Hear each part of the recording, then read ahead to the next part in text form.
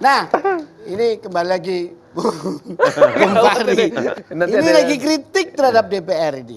Ya kan? Ini ada catatan dari ICW. Kinerja DPR sampai April 2019 itu hanya mampu mengesahkan 26 undang-undang. Alias hanya 10% dari target prolegnas. Gimana komentar Bang Fahri? Pantesan aja kalau gitu di demo melulu. ICW ini generasi Z juga, jangan-jangan ICW. Karena gini, pertama kita menyusun prolegnas bersama pemerintah. 70% dari prolegnas itu berasal dari pemerintah. Sebenarnya prolegnas itu adalah etalase politik legislasi nasional kita yang sudah disepakati bersama. Kalau dia ada dalam etalase, itu membuat masyarakat tuh jadi tahu, oh lagi ada pembahasan ini dalam perencanaan. Siapkan kalau ada kepentingan kita di situ. Kita datang dialog dengan DPR. Kita sampaikan pendapat kita sampaikan dokumen naskah-naskah yang diperlukan agar nanti undang-undang itu sesuai dengan aspirasi kita. Tapi itu bukan berarti bahwa undang-undang itu harus selesai dan akan selesai. Karena undang-undang itu perdebatannya rumit, konsekuensinya juga rumit. Kemarin undang-undang ada 10 yang hampir selesai. Ditolak oleh publik ya terpaksa ditunda. Tapi jangan mengatakan produknya jelek, produknya tidak ada. Jangan. Dan sekali lagi di Indonesia berbeda dengan negara lain. Kita membahas undang-undang bersama presiden tidak sendiri. Karena itulah kinerja pembahasan undang-undang tidak bisa ditimpakan kepada DPR sendiri. Ada banyak undang-undang ya yang rupanya itu hambatannya itu koordinasi pemerintahan. Karena pemerintah selalu menganggap bahwa setiap undang-undang itu konsekuensinya kan kepada pemerintah. Sehingga mereka paling concern itu mencocok-cocokkan itu.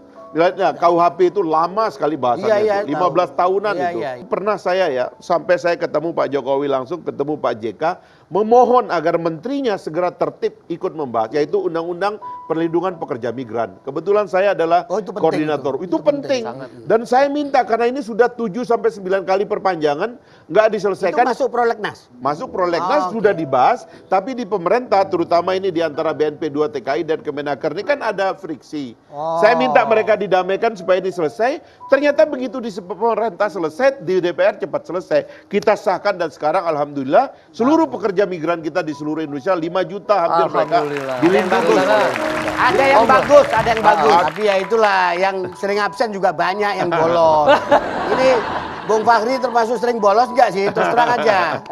Saya kan tiap hari kelihatan. Saya kan tweet setiap pagi, saya udah hadir. Ya kan? Saya hari ini terima si ini rapat. Nah kalau nge-tweet kan di toilet juga bisa sambil juga bisa. Bisa. Artinya kita laporkan kehadiran itu. Ya, tapi ini singkat aja nanya, yang paling penting yang kabarnya ini termasuk saya juga menganggap ini mungkin jadi peletup atau apa namanya pemercik adanya demo-demo ini adalah revisi Undang-Undang KPK. Yang tidak masuk prolegnas, iya kan? Kok tiba-tiba ada selonong boy kayak begitu? Itu Fahri lah. Main ketok aja cepet lagi, tumben kerjanya cepet. Gitu. Ayo Fahri. Undang-Undang KPK itu masuk prolegnas sejak tahun 2010, zaman Pak SBY ya. Tapi tahun 2012 Pak SBY mengatakan ini bukan waktu yang tepat, lalu ditariklah kembali. 2015 ya pada masa Pak Jokowi, pemerintah dan DPR menyepakati itu masuk prolegnas. Lalu kemudian terjadilah rapat konsultasi beberapa kali karena ada penolakan. DPR dengan Presiden mengatakan kita bentuk tim sosialisasi. Dibentuk di pemerintah, dibentuk juga di DPR. Di DPR itu membentuk tim ahli yang keliling kampus. Itu ada beberapa kampus menolak menyeminarkan naskah akademik daripada RUU ini gitu.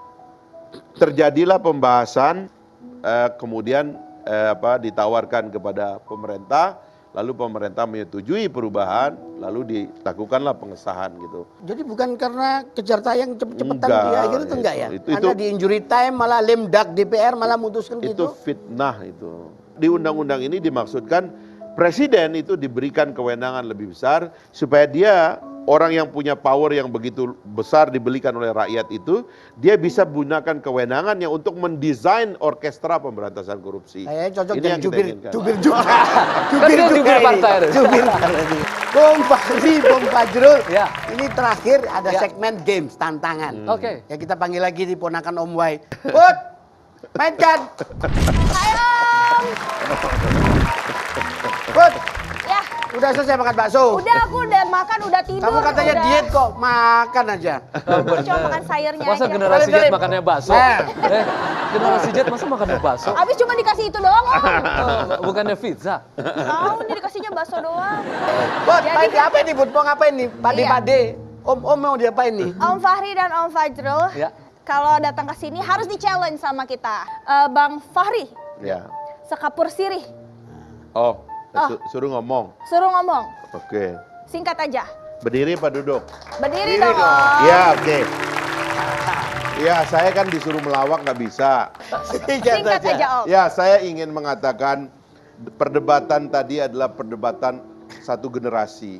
Refleksi kepada generasi yang akan datang dan generasi sekarang. Indonesia ini negara kompleks, rumit, besar, dan jangan pernah kita mau menyederhanakan. Ketika Indonesia ini lahir, pemimpin-pemimpin besarlah yang melahirkannya. Hanya pemimpin besar yang bisa melahirkan bangsa besar. Mari kita jaga kebesaran Indonesia. Apapun perbedaan kita punya, demo harus demo, tetapi jagalah kebesaran Indonesia. Luar biasa. Keren. Luar biasa. Om, Iya. Om Fajrul, Saya. nanti Putri akan challenge baca puisi. Waduh. Gimana, Om? Ya. Om Fajrul. Oke, silakan. baik. Saya baca aja ya. Menari Udah sepuh, bacanya lama. Ragusa suatu Udah senja. lama. Ada yang tahu Ragusa ya? Ragusa itu tempat makan es krim. Tahu. Tua. Ya. Saya di sana, saya duduk, saya menulis. Azan maghrib tertelungkup di pecahan batuan rel kereta Gambir Kota. Rambut ikalnya melambai-lambai kepada senja luka yang berlari tergesa-gesa meninggalkan Jakarta. Bukankah usia kita meleleh bagai likat coklat es krim Ragusa lalu mengendap hitam di kusuk Ciliwung. Ujar coklat daun angsana merebahkan kepala di lumpur Ciliwung. Di tepi zaman yang pedih, napas kita terengah menghirup oksigen jatuh di daunan letih. Tanpa sempat bertanya, mengapa duduk sendirian di kursi tua Rota Ragusa. Tangan berkerut cemas karena sudah tua, memaksa kisah cinta abadi di pasar malam Gambir. Sementara maut mengintip tak menegur, bersiul riang riuh di kereta tua Gambir Kota. Harum Jawa, harum garam laut Jawa mengkristal di wajahmu, sabar mencuci pori-pori mengkringin pucat, mengabarkan hangat cinta berkobar-kobar yang setia menunggu di balik kabut. Terima kasih. Alright. Dengan demikian Putri. Keren Berakhirlah sudah bincang-bincang tektokan kita. Terima kasih, Debat-debat Om Boy. kusir, guyon-guyon dikit dengan dua orang tamu spesial. Veteran Gerakan 98. Mahasiswa tua kata Sobi. Mahasiswa tua, mahasiswa sepuh. Fahri Hamzah dan Fajrul Rahman. Bersama saya Om Boy dan Putri.